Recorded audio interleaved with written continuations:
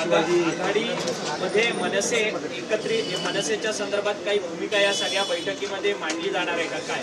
नाही, आज पार्लमेंटरी बोर्डाची बैठक आहे. यामध्ये नगराध्यक्ष पदाचे उमेदवार विशेष करून अंतिम किंवा फायनल करायचं ठरणार आहे.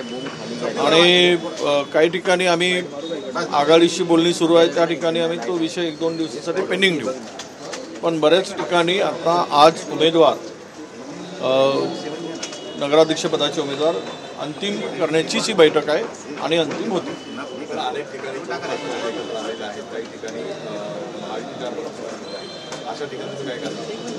तिथे आम्ही स्वतंत्र लढू. आम्ही महायुतीमधील कुठल्याही घटक पक्षाशी युती करणार नाही. ज्याला कोणाला जायचं असेल त्यांनी जावं, त्यांच्याबरोबर आम्ही नाही.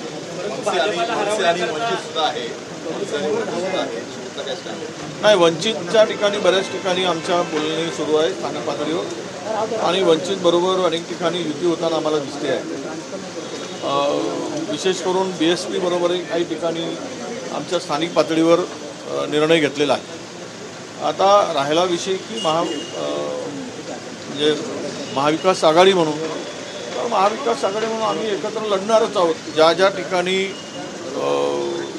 त्या सगळ्यांच्या बैठक होऊन अंतिम झालेला आहे त्यांना आम्ही हिरवी झेंडी देणार आहोत आणि ते ठरलेला आहे. सर, भाजपच्या विरोधात स्थानिक स्तरावरती सर्वच पक्ष एकवटताना पाहायला मिळतात. अशा पद्धतीने जर काँग्रेस भाजपला हरवण्याकरता स्थानिक स्तरावरती मदत करण्याकरता एकत्रित येईल का? कारण की कणकवलीत तसा प्रयोग होताना पाहायला नाही. कणकवली हा काही अपवादात्मक असेल. पैसा, संपत्ती, धन, ताकद, काय त्याला दडपशाही, दादागिरी, हे यावर कुठे काही निर्णय होत असतील तर ते त्या ठिकाणी तो निर्णय वेगळ्या पद्धतीनं काय विचार व्हायचा होईल. मुळात महाराष्ट्रामध्ये काय भाजप म्हणजे काही सर्वोपरी झालं आहे ना, ते सत्तेच्या भरोशावर आणि पैशाच्या भरोशावर, धनाच्या भरोशावर सगळंच काही त्यांच्या बाजूला होईल असं नाही. लोकांच्या मनामध्ये आज जे काही चाललं आहे किंवा वातावरण आहे महाराष्ट्रातलं, त्यामध्ये स्थानिक पातळीवर स्थानिक स्वराज्य संस्थांच्या निवडणुकामध्ये नक्कीच लोक महाविकास आघाडीला कौल देतील, हे वातावरण आहे. सर, पुणे जमीन गैरव्यवहार प्रकरणात अद्याप देखील पार्थ पवारांवरती कोणता गुन्हा दाखल झालेला नाही किंवा अजित पवार या सगळ्या प्रकरणावरतून हात झटकताना सातत्यानं पाहायला मिळतं. ते कसं आहे, तेरी भी चूप मेरी भी चूप, तो भी खा मैं भी खाऊंगा. आपण चोर चोर मावशे रे भाऊ, तुझं माझं काढू नको, मी तुझं काढणार नाही, असं सध्या राज्यात चाललेलं आहे. राज्यात पुन्हा एकदा कायदा सुव्यवस्था सांगलीमध्ये दलित महासंघाच्या अध्यक्षाची केक कापताना हत्या करण्यात आली आणि जमावाने हत्या करून त्याला कुठे का राज्यात कुठे कायद्याचं राज्य चाललं? राजेशाही, हुकुमशाही, दादागिरी हे सगळं असंच चाललेलं आहे. काही संपलं नाही. यांना स्वतःचा नाकर्तेपणा संपवायसाठी कायदा सुव्यवस्था जेवढी बिघडवता येईल तेवढी बिघडवण्याचं काम सुरू झालं आहे. मग त्यामध्ये हिंदू मुस्लिम असतील किंवा मंदिर मस्जिद असेल, भारत पाकिस्तान, हेच मुद्दे आहेत. यापेक्षा दुसरे मुद्दे कुठे आहेत भाजपकडे? या मुद्द्याला घेतात. त्यांना शेतकऱ्यांच्या प्रश्नांच्या संदर्भात काही अडचण म्हणजे बोलता येत नाही. शेतकरी आत्महत्या करतो आहे, कर्जमाफी आहे, त्यावर ते बोलत नाही. वेळ काढूपणाच चाललेला आहे. महागाईनं उच्चांक गाठलेला आहे. बेरोजगारी प्रचंड वाढली. तर खून, माऱ्या हे सगळं चाललेलं आहे. यामध्ये कायदा सुव्यवस्था तर बट्याबोळ झालेला आहे आणि कायदा सुव्यवस्थेमध्ये राज्य आता सर्वात खाली गेलेलं आहे. पण याची काही चिंता या राज्यकर्त्यांना नाही आहे. जेवढं बिघडेल तेवढं बिघडू द्या आणि मग आम्ही खात राहू, लोकांचं लक्ष तिकडे जात राहील, अशी सगळी भूमिका आहे. आम्ही मागून काय उपयोग आहे तोंड खराब करून? नैतिकता विषय कुठे राहिला आहे राज्यात? नैतिकता तर कुठे कमरेला बांधून ठेवलेला आहे. नैतिकता हा विषय राहिलेला नाही. नैतिकता राहिली असते तर आतापर्यंत 15 मंत्री घरी गेले असते. नैतिकतेची चाड नाही, नैतिकतेची लाज नाही, नैतिकतेचा गुण नाही. त्यामुळे त्यावर बोलण्याचा काही मला वाटतं बोलणं काही उपयोग होणार नाही. तुळजापूर ड्रग्स प्रकरणातील जे आरोपी आहेत त्यांचा भाजपमध्ये पक्षप्रवेश झाल्याची माहिती मिळते आणि या सगळ्या संदर्भात खासदार सुप्रिया सुळे यांनी मुख्यमंत्र्यांना पत्र लिहून या सगळ्या संदर्भातला जाब जो आहे तो विचारला नाही. आता ड्रग्सवाले आहेत, माफिया आहेत, बुकी आहेत, यांच्यासाठी नवीन मशीन आणलेली आहे त्यांनी आणि त्या मशीनमध्ये ते घालत आहेत. जो अधिक ड्रग्स विकणारा असेल, ड्रग्स पोचवणारा असेल, ड्रगलर असेल, माफिया असेल, गुंड असेल, सर्वात मोठा गुंड आहे, त्याच्यासाठी सगळी मोठी मशीन 3 प्रकारच्या मशीन ठेवल्या आहेत भाजप. त्याच्यात घालतात, बाहेर काढतात आणि त्यांच्यासाठी शुद्ध करून घेतात. आता काय जनाची नाही मनाची नसेल तर त्यावर बोलण्यात काय अर्थ आहे? सर, बाबा सिद्दीकी जे तुमच्या पक्षाचे माजी मंत्री होते जो आता दुसरा पक्ष घेतलेला त्यांची हत्या झाली, त्यांच्या हत्येच्या संदर्भात पिटिशन सुद्धा त्यांच्या बायकोने कोर्टात फाईल केली आहे. रोहित कंबोज यांचं नाव त्या पिटिशनमध्ये प्रामुख्याने येते की त्यांनी हत्या केली असा संशय व्यक्त केला. नाही, चौकशी निपक्ष झाली पाहिजे. आता कोर्टानेच करावं. आमचा आता न्यायालयावर आहे विश्वास.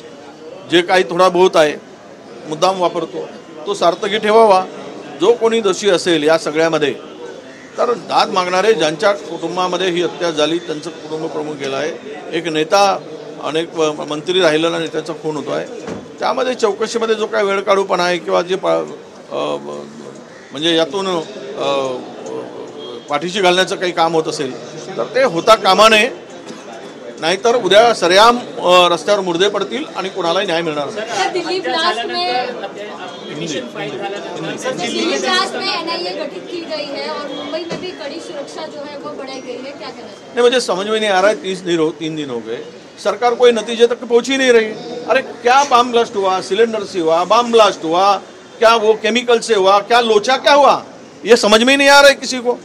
बस कुछ नहीं, एनआईए को दे दिया, वो करते बैठ रहे और सूत्र से बता रहे. तुम्हारा सूत्र क्या बताएगा? सूत्र पुत्र ये क्या है? सरकार ने बताना चाहिए आगे आकर कि ये घटना इस वजह से हुई है, ये बम ब्लास्ट है या और कुछ है. ये कोई सरकार अधिकृत बता ही नहीं पा रहा है. 100% सरकार 300 kg RDX मिल जाता है और ये ऐसी घटनाएं होती है. ये तो गृह मंत्री का फेल्योर है, सरकार का फेल्योर है. बड़ी बड़ी लंबी बातें करते थे कि हमारे यहाँ पे ना टेररिस्ट आएगा, ना ऐसा होगा, ना वैसा होगा. नोटबंदी के वक्त भी बड़ी लंबी बातें की गई थी. अब ये सब खुलेआम हो रहा है तो इसकी जिम्मेदारी सरकार की है. लगातार क्रैकडाउन किए जा रहे हैं, लगातार कार्रवाई शुरू है. एटीएस की तरफ से महाराष्ट्र में भी कुछ जगहों पे छापेमारी की गई है, लोगों को हिरासत में लिया गया है. कहीं ना कहीं आपको लग रहा है ऑन ग्राउंड अभी सतर्कता दिखाई दे रही है सरकार? अब ये देखो सच्चाई क्या है, जब तक सरकार अधिकृत बात नहीं करती कि ये ब्लास्ट है, ये बम ब्लास्ट है, ये टेररिस्ट का है, आप क्वेश्चन मार्क लगाकर आपकी भी मीडिया चैनल पे चला रहे, उसमें कोई फुल स्टॉप नहीं है. आप भी क्वेश्चन मार्क लगा रहे, सरकार भी क्वेश्चन मार्क लगा रही. अरे फुल स्टॉप कब होगा ये बताओ ना, कि है कौन, किस वजह से है, ये सरकार अधिकृत बताए तब इसमें आगे की जांच को कोई महत्व होगा.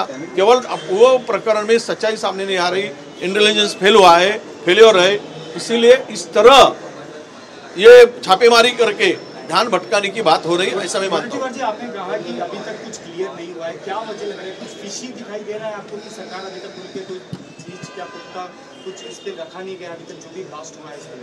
नहीं, ये मैं देखो कोई किसी बारे में मैं प्रश्न उपस्थित करना उचित नहीं होगा, क्योंकि अगर ये टेररिस्ट ने किया है और ये ब्लास्ट हुआ है तो सरकार ने बताना चाहिए, फिर बाद में आप हमारी प्रतिक्रिया पूछिए. आज के तारीख में इसके वजह से पीछे की मंशा क्या थी, कौन था, क्या डाइवर्ट किया जा रहा है, ये बोलना हम आज उचित नहीं समझते, क्योंकि सरकार की जांच चल रही है, एनआईए जांच कर रही है और एनआईए की जांच में क्या आता है ये हम दिखाएंगे. पर 3 दिन से लगातार सरकार ऑफिशियली कुछ भी डिक्लेयर नहीं कर रहा है. ये इसका मतलब कि सरकार का ये फेल्योर है. सरकार को इसमें सोई हुई थी, सब लोग बिहार भाग रहे थे. बिहार का चुनाव जीतना ये इम्पोर्टेंट था, यहाँ की कानून सुव्यवस्था को ठीक से रखना ये इम्पोर्टेंट नहीं था, इसके तरफ ध्यान नहीं था पिछले 2 महीने में. अरे इतना बड़ा देश चला रहे हो आप, तो कम से कम इसके तरफ तो ध्यान दो, इसके लिए समय निकालो. चुनाव जीतना, चुनाव लड़ना, भाषण करना, प्रचार करना, यही काम नहीं है देश को चलाना. अमित शाह जी ने ये ऑर्डर्स दिए हैं कि सख्त से सख्त कार्रवाई की जाए जितनी भी जांच एजेंसी से. प्रधानमंत्री ने भी कल जान से कहा. अब तो सच्चा मुझे ये समझ में नहीं आ रहा है. चोर तो पकड़ा जाए पहले, सच्चा तो जो जिसने ये किया है, जिसके पीछे जो है, तो पहले पकड़ा जाए, फिर तो कार्रवाई होगी. कोई सरकार थोड़ी छोड़ती है, सख्त से सख्त कार्रवाई हर सरकार करती ही रहती है. ये शब्द तो हर सरकार के मुंह से आता है. ऐसा कोई सरकार नहीं बनी आज तक कि सख्त से सख्त कार्रवाई होनी चाहिए, बख्शा नहीं जाएगा. ये तो सरेआम ये शब्द का यूज होता है. पर कब होगा, किसके ऊपर होगा, कब पकड़ा जाएगा, ओरिजिनल जिसने ये किया है उसके ऊपर कब कार्रवाई होगी, ये सब बातों का अभी उत्तर आने का है. सवाल जो है उसका जवाब नहीं आता है, तब तक हम लोग इस बारे में ज्यादा बात नहीं करेंगे. Thank you.